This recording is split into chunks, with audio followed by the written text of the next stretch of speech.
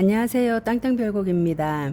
부산은 2016년 11월에 해운대구, 수용구, 동래구, 남구, 연제구가 조정 대상 지역으로 지정되었다가 2017년 6월 진구, 기장군이 추가 지정이 된 적이 있고 2018년 12월에 남구, 연제구, 진구, 기장군이 먼저 조정지역에서 해제되었다가 2019년 11월 최종적으로 해운대구, 수용구, 동래구가 전부 조정지역에서 해제된 적이 있습니다.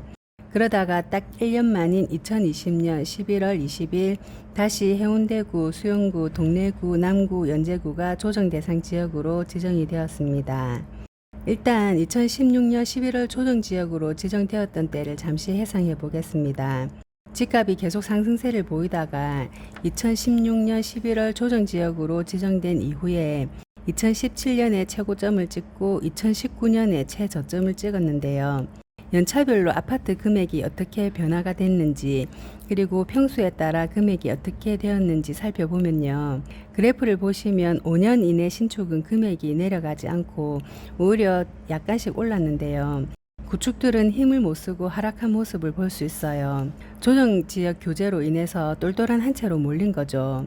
조정지역 양도세 비과세를 위해서는 상대적으로 덜 오른 구축을 먼저 팔아야 했고 또 그 당시에는 부산 입주 물량이 제법 있는 상황이라서 신축을 분양받은 사람 입장에서는 신축과 구축 중에 선택을 해야 되는데 당연히 신축을 선택할 수밖에 없기 때문에 신축은 금액이 안 떨어지고 구축의 금액이 많이 떨어질 수밖에 없었어요.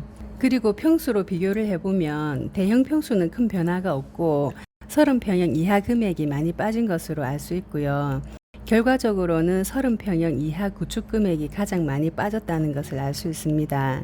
저것은 평균의 금액이고 실제로 많이 빠진 곳은 25% 가까이 빠진 곳도 많이 있습니다. 그러다가 구축의 금액이 거의 만신창이 금액으로 훅 떨어지니까 정부에서는 집값 상승세 평균치만 보고 집값이 안정되었구나 하면서 조정지역에서 해제를 시켜준 거예요. 그러고서는 집값이 잡혔다고 발표를 한 거예요. 집값이 잡힌 게 아니라 서민들이 사는 구축 금액만 많이 빠진 거예요. 우리가 흔히 말하는 필패였어요. 양극화만 더 심해진 거죠. 그러다가 2019년 11월 조정지역에서 해제가 되면서 엄청난 급등세를 보였는데요. 신축 위주로 금액이 급등했고 최근에 구축들이 금액이 많이 올랐는데요. 역시나 1년 만에 다시 인기지역은 조정지역으로 지정되었습니다. 신축 금액은 이미 많이 올랐고 뒤늦게 구축이 급하게 금액을 회복했고 막 오르려고 하는 찰나에 또다시 규제가 들어온 겁니다. 아무튼 지난 과거는 그렇고요. 앞으로 어떻게 될까 생각을 해봤어요. 특별한 변수가 없는 한 급등과 급락은 없을 것 같아요. 지난 과거에는 똘똘한 한 채는 큰 흔들림이 없었고 구축만 거의 만신창이가 되었는데요. 그 당시에는 신축 입주 물량이 제법 있었던 상황이고 신축을 비과세로 만들기 위해서는 구축을 팔 수밖에 없었어요. 그때는 분위기가 다주택자이면 큰일 날 것 같은 그런 분위기였거든요.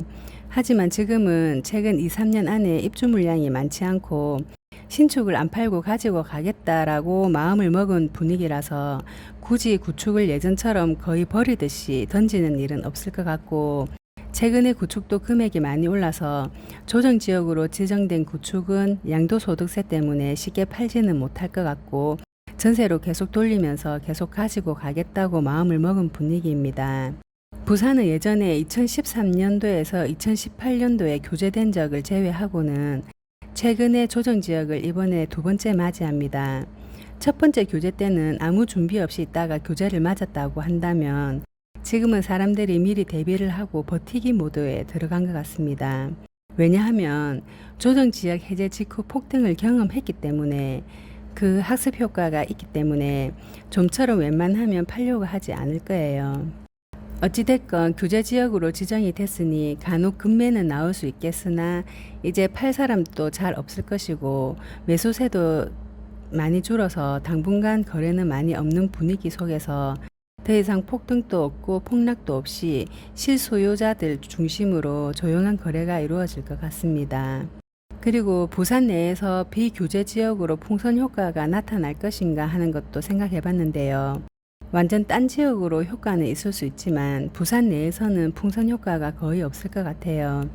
그 이유는 이번에 조정지역으로 지정된 곳만 금액이 올랐던 것도 아니고 지정이 안 된 지역도 골고루 다 올랐고 비조정 지역의 금액이 해수동의 금액을 사실상 뛰어넘기는 힘들고 어쨌든 부산은 아직까지 해수동이 먼저 이끌어야 딴 곳도 움직이기 때문에 부산의 대장들이 묶여 있는 동안에는 다른 곳도 더 이상 많이 오르기는 힘들어 보입니다. 이제 막 다시 규제가 되었기 때문에 아직까지 100% 분위기 파악은 잘 안 되는데요. 아무튼 결론은 일단 사람들이 버티기로 마음을 먹었다는 것이고요. 규제 기간이 길어진다면 분위기가 안 좋아질 수도 있을 거예요. 규제의 문제점이 해당 아파트만 지정하는 것이 아니고 구별로 지정을 하다 보니까 사실 하나도 오른 것도 없는 집도 해당 구에 있다는 이유로 같이 규제를 받다 보니까 억울한 사람이 많이 생기는 거예요. 그리고 규제가 언제까지 지속될지 모르겠지만 규제 기간이 길어지면 길어질수록 체력이 약한 구축 금액이 먼저 빠질 수밖에 없어요. 구축이 먼저 금액이 빠지고 시간이 더 지나면 신축 금액도 빠지겠죠. 이렇듯 규제가 반복되고 지속되면 맵집이 좋은 강남이나 광역시 대장들보다 서민들이 사는 구축이 먼저 규제에 얻어 터지는 겁니다. 집값은 질 좋은 주택을 많이 공급하면서 보유세로 잡아야 되는 것이지 공급은 안 하면서 양도세로 잡으려고 하면은 양극화만 심해질 뿐이라고 전문가들이 언론에서 누누이 이야기를 하잖아요. 그런데 정부는 안 듣는 것 같아요. 아무튼 결론은 이번 규제 이후 분위기는 특별한 사정이 없는 한 소유자들이 버티기 모드로 들어갔다는 거예요.